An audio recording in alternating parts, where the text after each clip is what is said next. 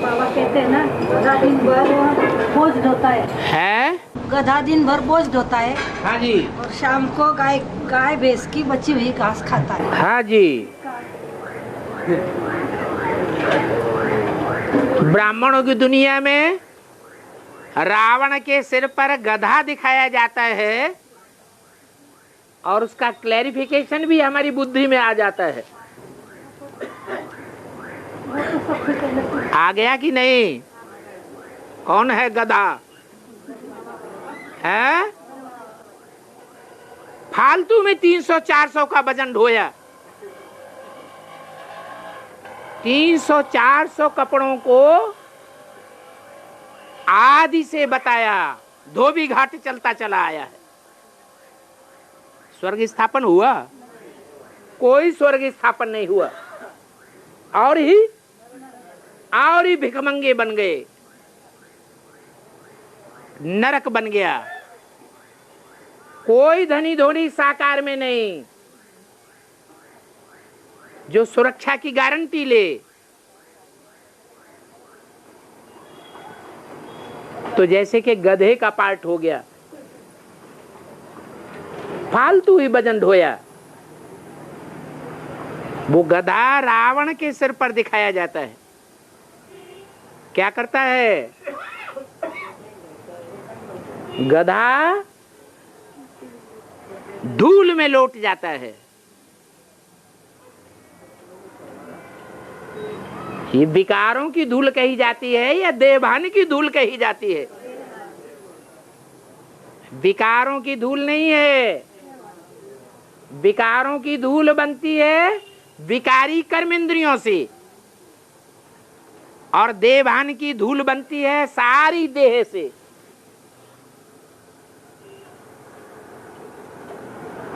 बच्चे जब बाबा की गोद में जाते थे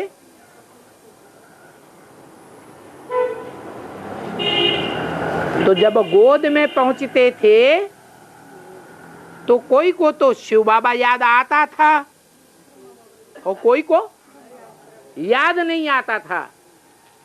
तो जिनको याद नहीं आता था वो देवभान की धूल में लौटते थे या आत्म की स्थिति में रहते थे, क्योंकि बाबा का शरीर तो बहुत चिकना चुपड़ा गोरा चिट्ठा था। तो देवभान की धूल में लौटते थे, और जब देवभान की धूल में लौटते थे तो अगर ब्रह्मा बाबा को शिव बाबा की याद है बिंदु रूप में, असली रूप में नहीं, किस रूप में? बिंदु रूप में शिव बाप की याद है, तो जैसे कि आत्म की स्थिति है उनके ऊपर उसका कोई असर नहीं पड़ेगा। लेकिन क्या 24 घंटे निरंतर याद रहती है? नहीं याद रहती है। बिंदु की याद 24 घंटे निरंतर कोई की हो ही नहीं सकती, और जिसकी हो सकती है उसका नाम शिव के साथ जोड़ा जाता है। बाकी 33 करोड़ देवताओं में से एक का भी नाम शिव के साथ नहीं जोड़ा जाता। नाम भी जोड़ा जाता है, और उसने जो काम किया जिस कर्मेंद्रिय से, वो कर्मेंद्रिय भी उसकी पूजी जाती है, क्योंकि निराकारी स्टेज में रह करके कर्मेंद्रिय से काम किया। पूजा भी जाता है और याद भी किया जाता है। शिव शंकर भोलेनाथ एक के साथ दूसरे का भी नाम जुड़ा हुआ है। क्यों? कि उस एक निराकार को जब साकार मुकर्रर रथ के द्वारा याद किया जाता है तो याद निरंतर हो जाती है, वरना सिर्फ बिंदु को याद करने से निरंतर याद नहीं हो सकती। हम 63 जन्मों में आत्मा को तो बिंदु को जानते ही नहीं थे, उसको याद करने के अभ्यासी होने की बात ही नहीं। अभी तो हम ज्योति बिंदु आत्मा को जानते हैं, तो भी निरंतर याद नहीं होती है। क्यों नहीं होती है? क्योंकि 63 जन्मों के आदि हैं। अभ्यास पड़ा हुआ है साकार को याद करने का। बच्चा या बच्ची जन्म लेता है, माँ से याद चिपक जाती है। बड़ा होता है, बाहर खेलने जाता है, मित्र संबंधियों से याद चिपक जाती है। स्कूल में जाता है, टीचर से बुद्धि चिपक जाती है। अटैचमेंट होता है कि नहीं? बड़ा होता है, नौकरी धंधा धोरी करता है, तो धंधे धोरी वाले याद आने लग पड़ते हैं। शादी होती है, पत्नी याद आने लग पड़ती है। बच्चे पैदा होते हैं, बच्चे याद आने लग पड़ते हैं। तो याद ट्रांसफर होती रही, एक में टिकने की बात आई ही नहीं। और जो ट्रांसफर याद होती रही वो भी साकारी याद। तो जन्म जन्मांतर के हम कैसी याद के आदी हैं? साकारी याद के आदी हैं। इसलिए बाप भी हमको तरीका बताते हैं, बच्चे क्या करो? साकार में निराकार को याद करो। और अनेक साकार में नहीं, मैं सर्वव्यापी नहीं हूं। एक ही मुकर्रर रथ के द्वारा मैं बाप के रूप में प्रत्यक्ष होता हूं, बच्चों को वर्षा देता हूं, एक बाप के रूप में।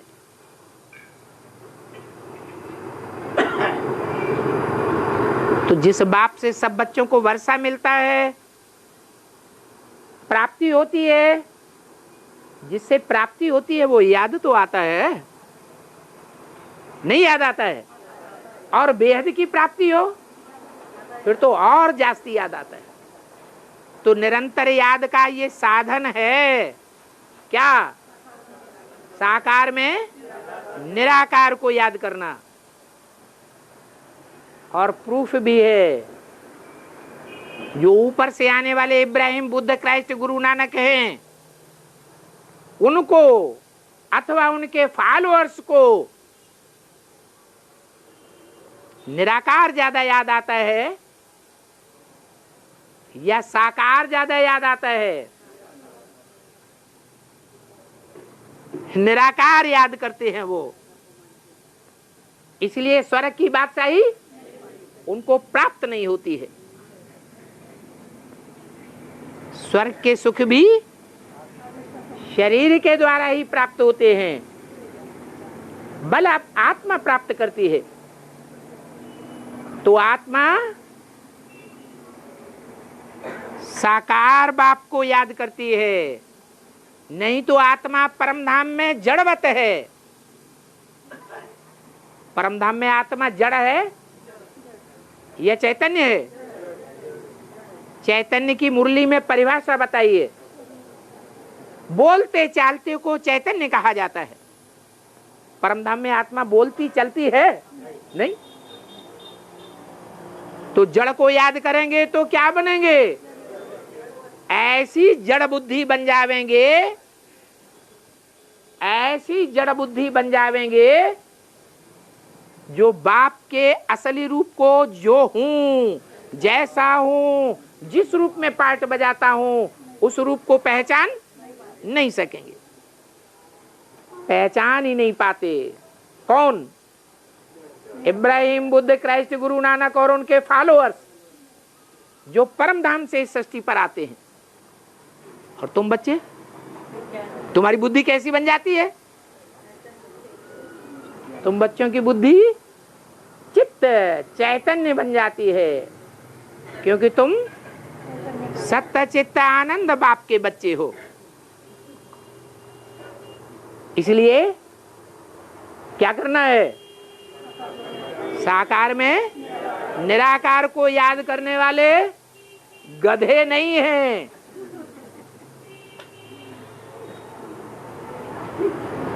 उन्होंने तो गधा और घोड़े का भगवान का जन्म दिखा दिया कि भगवान गधा घोड़ा सूकर कूकर बन करके आता है, कच्छ मच्छ अवतार लेता है, परंतु ऐसा तो है ही नहीं। कूकर सूकर कच्छ मच्छ गधा आदि को पढ़ाने के लिए आवेगा? वो ज्ञान सुनेंगे? बिना ज्ञान के गति सदगति मुक्ति होगी? नहीं होगी। कौन सुनेगा ज्ञान? मनुष्य ही ज्ञान सुनता है। तो भगवान मनुष्य रूप में आता है और मनुष्य उसे कहा जाता है जो मनन चिंतन मंथन करता है। बाप ने जो ज्ञान सुनाया उसका मंथन बुद्धि में चलना चाहिए, मनन चिंतन होना चाहिए। अगर मनन चिंतन चलता है तो अव्वल नंबर का मनुष्य मनु है। अगर मनन चिंतन मंथन नहीं चलता तो मनुष्य नहीं, जानवर है।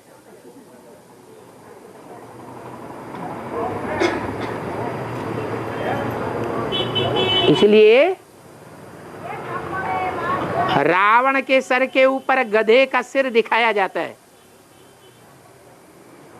वो बार बार देवान की धूल में लौट जाता है। अम्मा है ना, तो अम्मा क्या करती है बच्चों के साथ?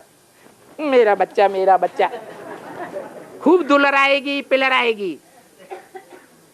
तो जितना मेरा बच्चा करेगी तो उसे देह में लगाव लगेगा या नहीं लगेगा? देह में लगाव लग जाता है।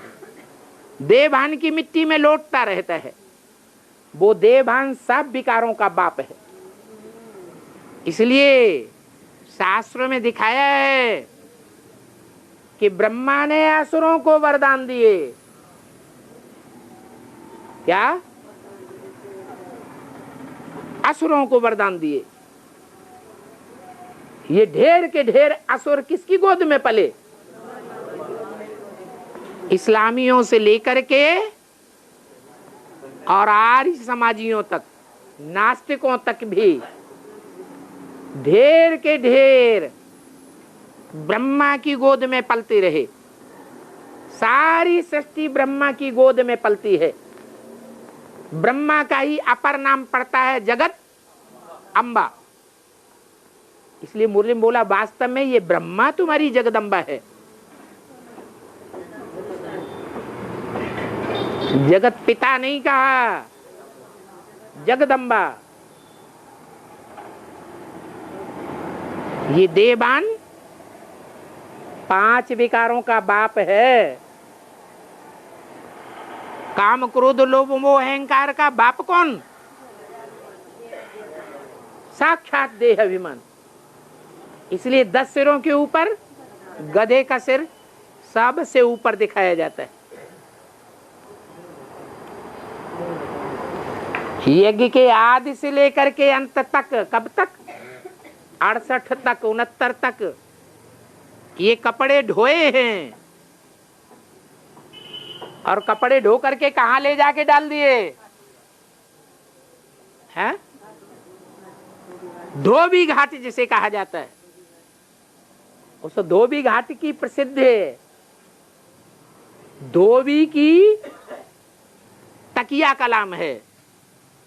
वो धोबी जब कपड़ा धोते हैं वहां तो बोलते जाते हैं, सटका लगाते जाते हैं, बोलते जाते हैं, छी हो राम, छी हो राम।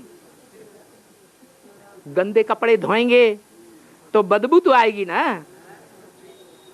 इतना श्रेष्ठ काम करता है, फिर भी दुनिया उसकी ग्लानि करती है। नाम पड़ता है कलंकी अवतार। और ये भी बताते हैं जितनी ग्लानि करते हैं उतना ही पद भी नीचा होता जाता है।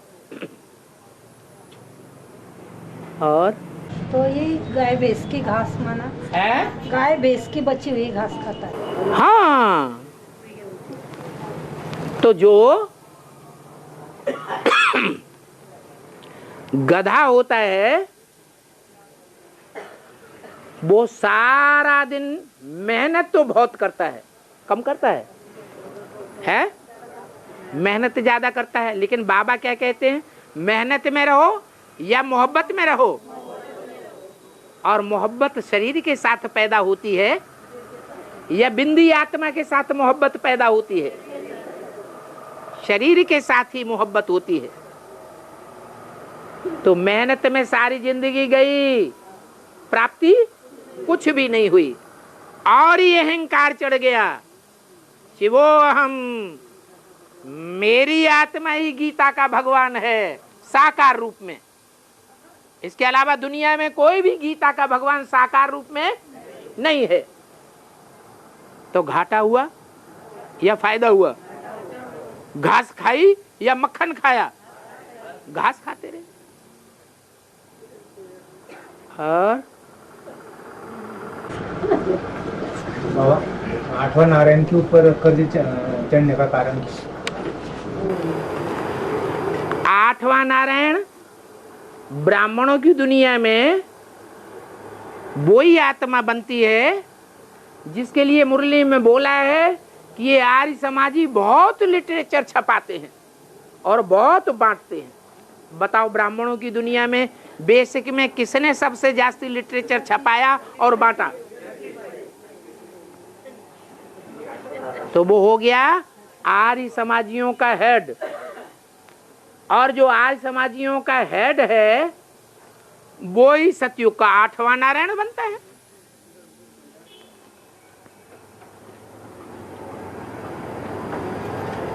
पूरा 16 कला संपूर्ण नारायण बनता है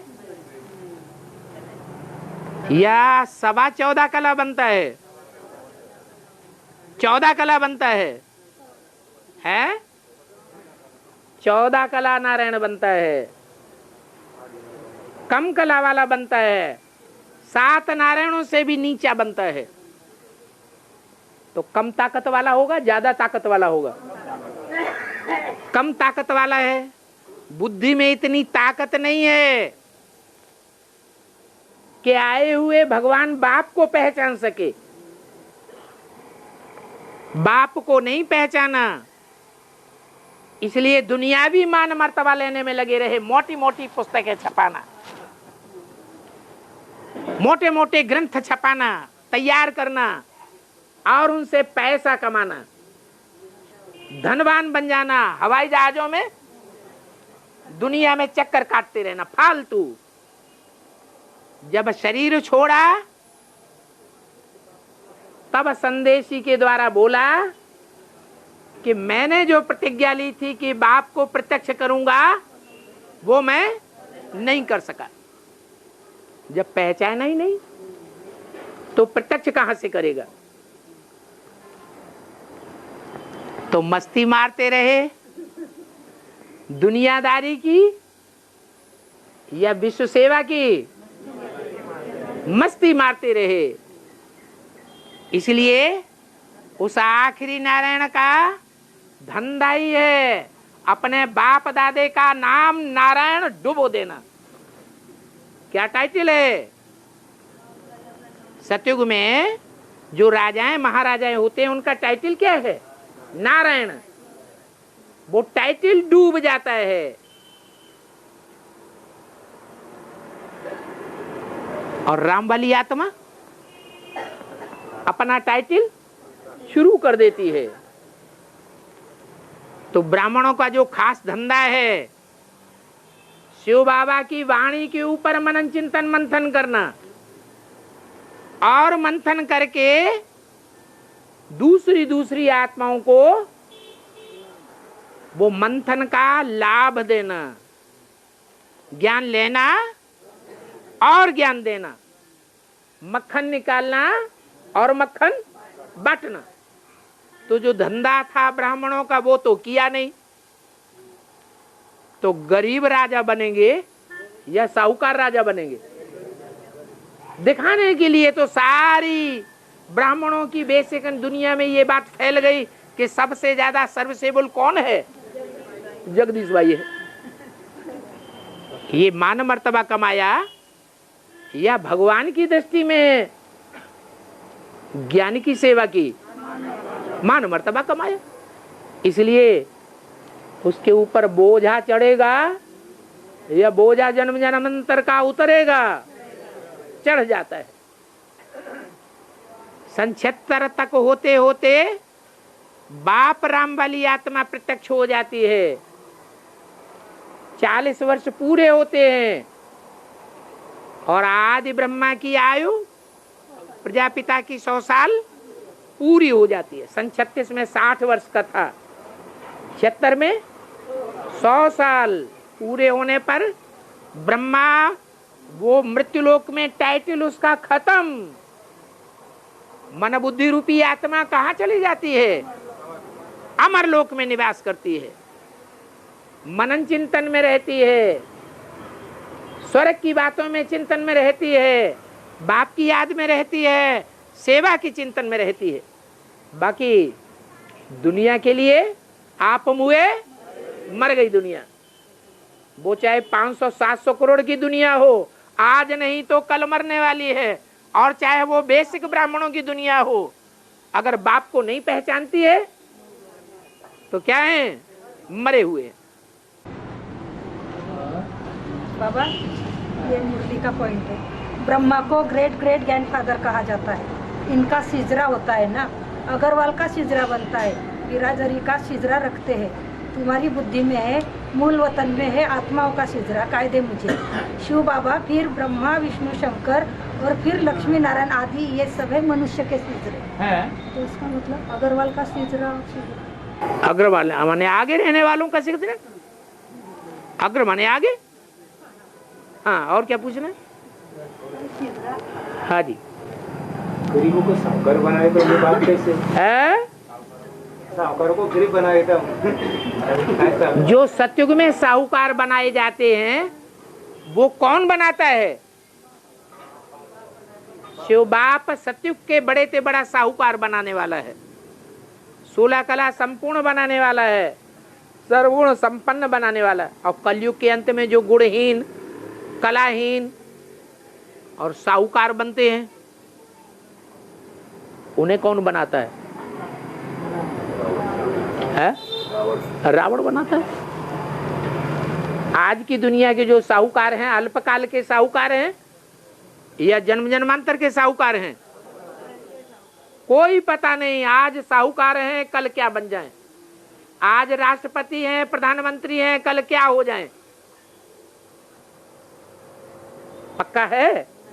कुछ पता नहीं। और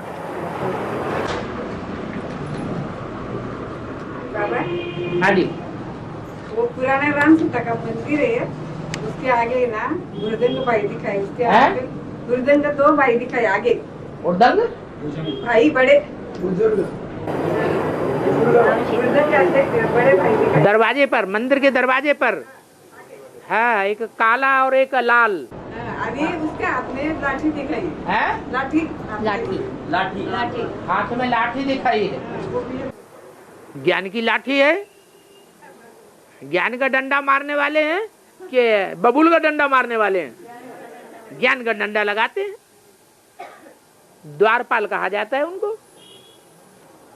और बाबा, जब सागर मंथन होता है तो पहले विष निकलता है। तो विष पीने का समय शंकर का कब से करता है? सबकी बुद्धि में, चाहे दुनिया वाले हों। भगवान बाप जब आते हैं सन 76 से आते हैं कि नहीं आते हैं, तो चाहे दुनिया वालों की बुद्धि में बात बैठे, अखबारों के द्वारा, रेडियो के द्वारा या कैसे भी, चाहे बेसिक वालों की बुद्धि में बैठे और चाहे ज्ञान में आने वाले एडवांस वालों की बुद्धि में बैठे, ये बात आती है कि नहीं कि शंकर विष पीता है कि नहीं पीता है? बच्चे की बुद्धि में थोड़ी आता है। भगवान के दरबार में सच्चम सच बोलो, कितने दिन हुए हैं ज्ञान में आए? 1.5 साल में एक बार भी बुद्धि में ये नहीं आता है कि ब्रह्मा कुमारियां क्या कहती हैं वो बात सही है या झूठी है? झूठी है। सुनी काय के लिए आपने? हैं? सुनी तभी तो बोल रहे हैं झूठी है। बिना सुने कैसे कहेंगे? तो झूठी है ना। हैं?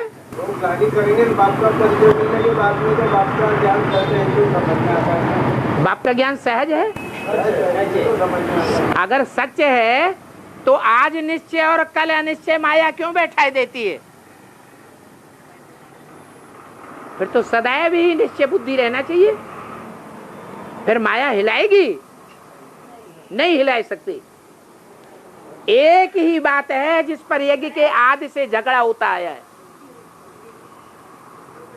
एक ही बात थी क्राइस्ट के जीवन में, जिस बात को लेकर के उनको फांसी पर चढ़ाया गया, पवित्रता की बात थी। यहां भी ऐसे ही है। यज्ञ के आदि से ये धोबी घाट चलता चला आया। आज में भी इसी बात को लेकर के झगड़ा हुआ था। दो पार्टियां थीं। एक पार्टी की बुद्धि में बैठ गया कि भगवान का जो पार्ट है संघ का रंग लगाने का, वो सही पार्ट है, मंदिरों में पूजा जा रहा है। कोणार्क और सूर्य मंदिर में चित्र बने हुए हैं, उनमें इतनी शक्ति है कि गवर्नमेंट में बड़े से बड़े पद पर आसीन कोई व्यक्ति उन चित्रों को निकाल के बाहर नहीं कर सकता। सच्चाई अडिग होती है। ये एडवांस पार्टी में भी ये सच्चाई है कि दुनिया ने संघ के रंग में ला करके नीचे गिराया है और उन्हीं इंद्रियों के द्वारा संघ के रंग में ला करके भगवान बाप ऊंचा उठाता है। ये संघ के रंग की बलिहारी है। लेकिन दुनिया इन बातों को नहीं समझती है, तो उल्टे उल्टे कर्म करने लग पड़ते हैं। भले मुरली में बाप ने बोल दिया शंकर को फॉलो नहीं करना है, फिर भी क्या करते हैं? जो फॉलो कभी न किया हो एडवांस में आने के बाद, वो हाथ उठाए। माया ने नीचे न नाक रगड़ाई हो तो हाथ उठाए। अरे एक भी हाथ नहीं उठा रहा है? माने माया नाक रगड़ा रही है ना। ये बात सच्ची है ना कि शंकर के पार्ट को फॉलो करते हैं, बाप ने मना किया हुआ है। माना आत्मा सो परमात्मा की स्टेज पर पहुंचने वाली एक ही आत्मा है, दूसरी कोई आत्मा आत्मा सो परमात्मा नहीं हो सकती। लेकिन गुरुओं ने क्या किया? उल्टा ज्ञान दे दिया कि सभी आत्मा सो परमात्मा। शंकर विष पीता है, उसके बाद जो रतन निकलते हैं, जो बाद में रतन, ये विष निकला कि नहीं निकला? सबने पिया कि नहीं पिया? तो ये विष निकल रहा है और जोर से निकलेगा अभी अगर विरोध करोगे तो। सच्चाई का अगर विरोध करेंगे तो विष और जोर से निकलेगा। इसको सच्चाई का विरोध थोड़ी बोलते हैं। इसको सच्चाई का विरोध थोड़ी। अभी तो कह रहे हैं कि जब सागर मंथन हुआ तो विष सबसे पहले क्यों निकला? तो शास्त्रों में तो गायन उसमें ही ना, तो ये विष निकल रहा है ना। ज्ञान रतन नहीं पकड़ रहे हैं। जो विष फैल रहा है वो बड़ी जल्दी बुद्धि में बैठ जाता है। उन्होंने विश्व कल्याण के लिए विष पिया था। है? विश्व कल्याण के लिए। तो आप भी कल्याण करना शुरू कर दिया। कल्याणकारी हुए। हाँ तो बोलने दो, तुम पुराने हो गए, नहीं बोलने कलश निकलता है, आखिर में जो कलश निकलता है, हाँ आखिर में अमृत कलश निकलता है। अमर बन जाती है। हाँ जी, वो पीरियड कब से पकड़ा जाएगा? वो पीरियड तब से पकड़ा जाएगा जब लक्ष्मी निकल आएगी और वो लक्ष्मी आकर के ज्ञान कलश को बांटेगी। तो ज्ञान कुछ अलग होता है या बाप के ज्ञान वही होता है? यही ज्ञान है। तब तक नाक रगड़ रगड़ के समझ जावेंगे सच्चाई क्या है। तो लक्ष्मी बांटेंगी तो किस ढंग से, मतलब है यही ज्ञान बांटेगी। नहीं तो जैसे पापा भी देवताएं सुना वो है, ज्ञान वैसे पीती है तो हैं? मतलब देवताएं पीते हैं वो ज्ञान, देवताएं अमृत पीते हैं हाँ तो मतलब अरे धड़ाके से बोलो। इसी तरह से हैं? बाबा जिस ढंग से आज क्लास कर रहे हैं लक्ष्मी भी इसी तरह से क्लास कर रहे हैं। जब लक्ष्मी निकल आएगी तो बाबा को क्या करने की जरूरत है? घर लक्ष्मी संभालेगी या नारायण संभालेगा? घर की लक्ष्मी घर वालों को संभालती है, घर के बच्चों को संभालती है या बाहर वालों को संभालती है? उसका काम है बच्चों को अमृत पिलाना, वो अपना काम करेगी है। अब इनको 1.5 साल हुआ है, इन्हें अच्छी तरह साप्ताहिक कोर्स दो है एडवांस में। और वो पूछ रहे हैं कि वो टाइम कब आएगा कि जब ब्रह्मा से विष्णु बनेगा। वो तो प्रैक्टिकल बात है, प्रैक्टिकल बात है ना। तो प्रैक्टिकल बात का यहाँ पता बताया नहीं गया कि ये बाबा ने मुरली में बोला है तमो प्रधान से सतो प्रधान बनने में तुम बच्चों को कितने वर्ष लगते हैं? 40 से 50 वर्ष। कब से 40 वर्ष शुरू होंगे?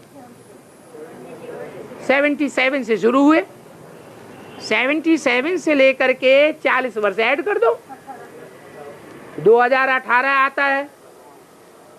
हो सकता है 2018 से पहले भी ये काम शुरू हो जाए, क्योंकि तिथि तारीख निश्चित नहीं है। तो जो बात आप पूछ रहे हैं कब से होगा, उसका जवाब तो हाजिर है। और जैसे बाबा अभी मुरली चला रहे हैं तो वैसे वैष्णो देवी के वहाँ लक्ष्मी के थ्रू चलाएंगे क्या? ऐसा उनका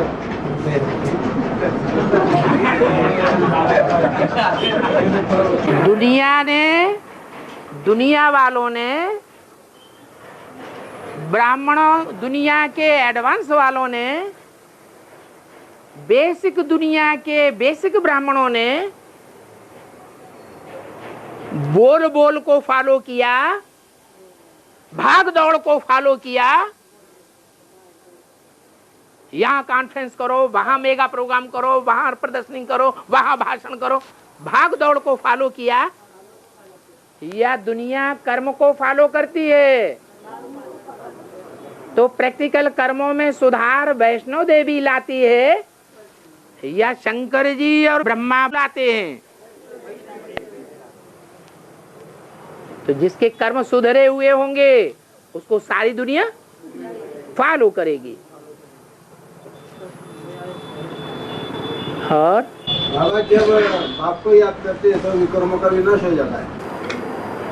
अगर सच्चम सच्च प्यार से याद करते, निरंतर याद करते, कोई दूजम को बीच बीच में याद नहीं करते, तो विकर्म भस्म होते हैं। जैसे सोना साधारण आग में तपाया जाएगा तो खाद नहीं निकलेगी, और तीव्र याद में निरंतर तपाया जाएगा तो खाद निकल जाती है। तो जब विकारों में जाते हैं तो पिछले पाप जो पुण्य कर्म है वो भस्म हो जाते हैं। बाबा ने कहा दुनिया में पाप कर्म करते थे तो 1 गुना पाप चढ़ता था, और अभी बाप का पक्का ज्ञान मिल गया, बाप की पहचान मिल गई, लिख करके भी दे दिया स्टाम्प पेपर में कि हमें बाप मिल गया, फिर भी बदनामी कराने के कर्म करते हैं, तो कै गुना चढ़ता है? 100 गुना पाप का बोझ चढ़ जाता है। तो बुद्धि दब जाएगी या हल्के हो जाएंगे? बुद्धि दबती जाती है, फिर मनन चिंतन मंथन चल नहीं सकता, बोझ आ जाता है, पुरुषार्थ की चाल धीमी पड़ जाती है, दौड़ नहीं सकते। ज्यादा वजन वाला दौड़ेगा या हल्का होगा तो दौड़ेगा?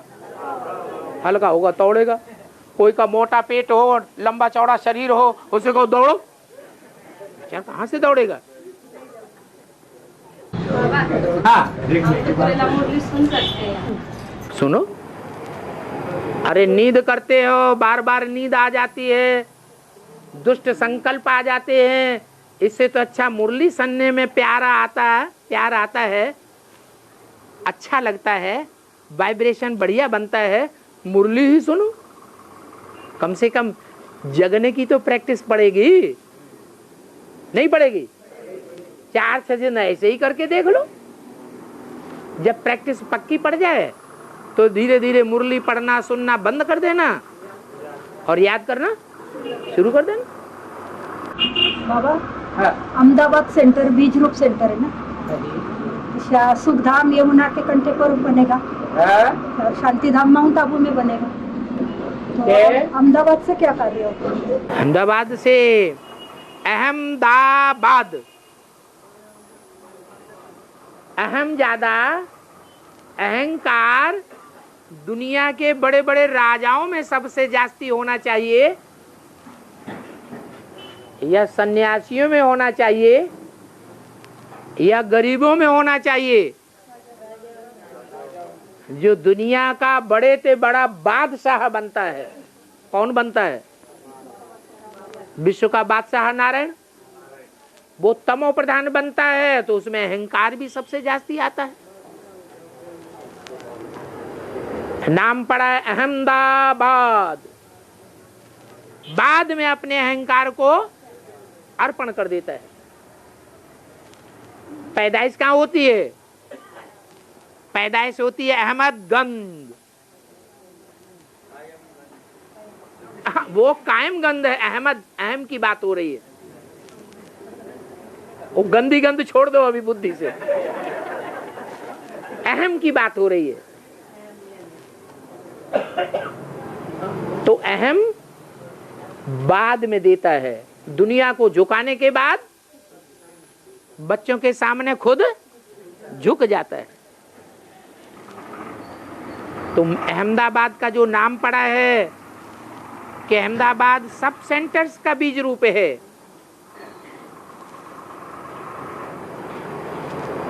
तुम बच्चों के सेंटर्स लाखों की तादाद में हो जाएंगे। क्या बोला मुरली में? लाखों की तादाद में तुम बच्चों के सेंटर्स हो जाएंगे, करोड़ों की तादाद में मुरलियां छपने लग पड़ेंगी। आगे चल के ऐसा होगा, उन सेंटर्स का बीज कौन होगा? कोई कंट्रोल करने वाला एक होगा या 10 रावण के सिर होंगे? एक होगा तो दुनिया स्वर्ग बनेगी, और कंट्रोल करने वाले अनेक होंगे तो दुनिया स्वर्ग नहीं बन सकती, और ही ज्यादा नरक बनेगी। और तो उस स्थान से क्या होगा बाबा? है? हाँ जी, बाबा यावल में एक ही है, व्यास का, व्यास मुनि का मंदिर है बाबा। व्यास मुनि, व्यास मुनि का व्यास मुनि का मंदिर कहाँ है? यावल, यावल, यावल जलगांव जिले में। जलगांव डिस्ट्रिक्ट में यावल नाम का तहसील है। हाँ हाँ हाँ हाँ, मंदिर है व्यास मुनि का, हाँ, व्यास मुनि तो का मंदिर। अब आगे बोलो। उसका अर्थ क्या है? मतलब पादुका काशी में है उसमें। है? पादुका काशी में है उसमें। पादुका काशी में है। व्यास की पादुकाएं जो हैं वो काशी में हैं। पादुका के ऊपर क्या रखा जाता है? फूल तो रखे जाते हैं, वो तो भगत रखते हैं। पादुका बनाई किस लिए जाती है? पांव रखने के लिए। तो किसकी पादुका है? व्यास की पादुका है। व्यास ने उस पादुका के ऊपर क्या रखा था? बुद्ध रूपी पांव रखा था। वो बुद्ध रूपी पांव माने पादुका, जिसके ऊपर वो आधारित हुए थे, वो काशी में प्रतिष्ठित की गई। इसका मतलब काशी नगरी चैतन्य अलग है और उस काशी नगरी में वो काठ की पादुका जिसका आधार लिया व्यास ने, व्यास को क्या कहा जाता है? भगवान कहा जाता है। मुरली में बोला है, अपने अपने शास्त्रों में अपनी अपनी कथा कहानियां लिख दी हैं। तो सबसे बड़ा शास्त्रकार कौन है? व्यास। तो समझ में आ जाना चाहिए कि वही व्यास वि माने विशेष, आस माने बैठ जाए। खास किस काम के लिए बैठ जाए? भक्ति मार्ग में शास्त्र रचने के लिए बैठ जाए, और ज्ञान मार्ग में वही व्यास किस नाम से प्रसिद्ध होता है? शंकर के नाम रूप से प्रसिद्ध होता है।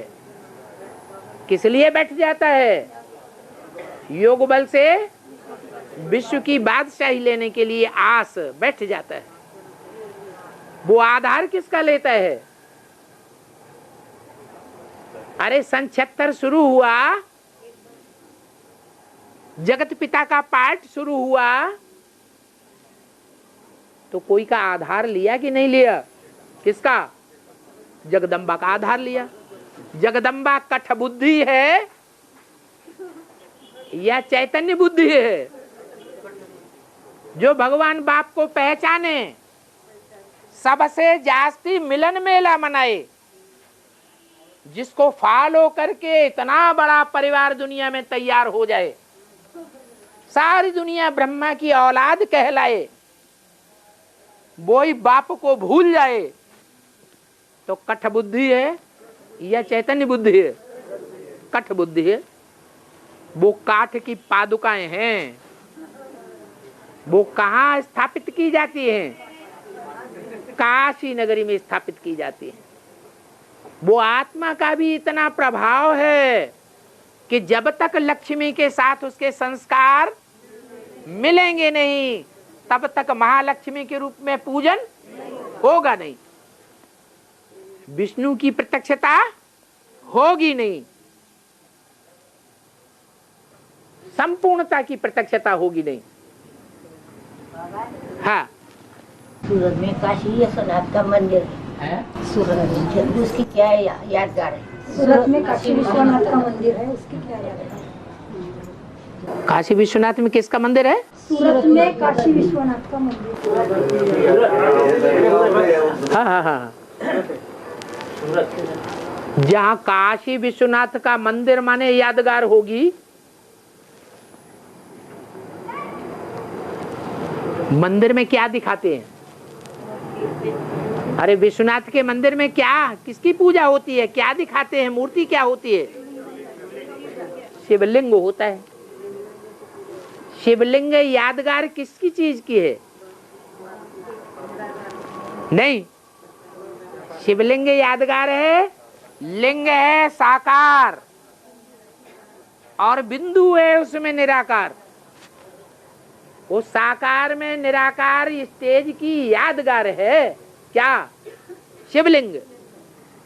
तो जो उसे याद करते हैं निरंतर स्टेज में, उनकी सूरत अच्छी बनेगी या खराब बनेगी?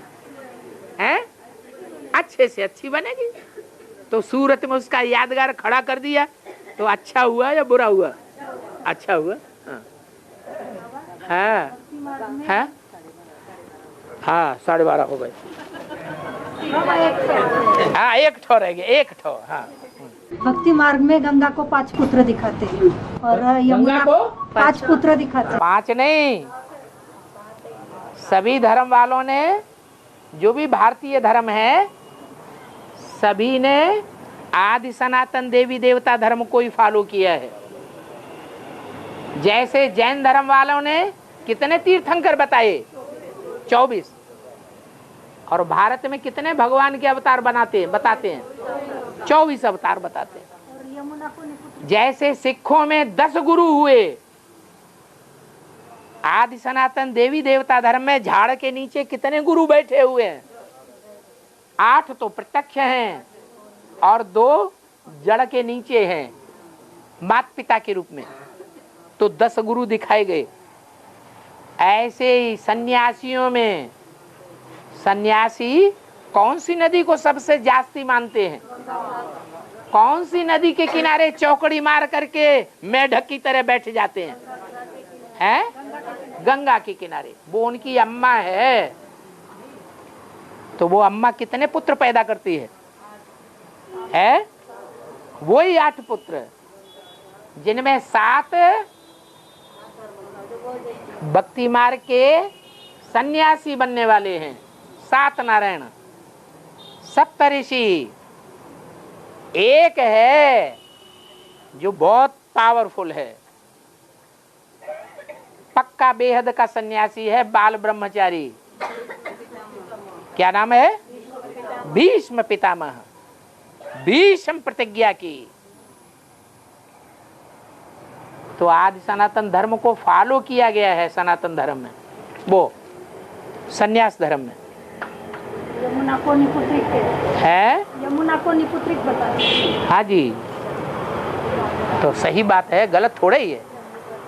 और बंद करो, मासिक संगठन, माता जी कह रही बंद करो। मासिक संगठन में जो नई आत्माएं हैं वो आ सकते हैं क्या? जिनकी भर्ती नहीं हुई,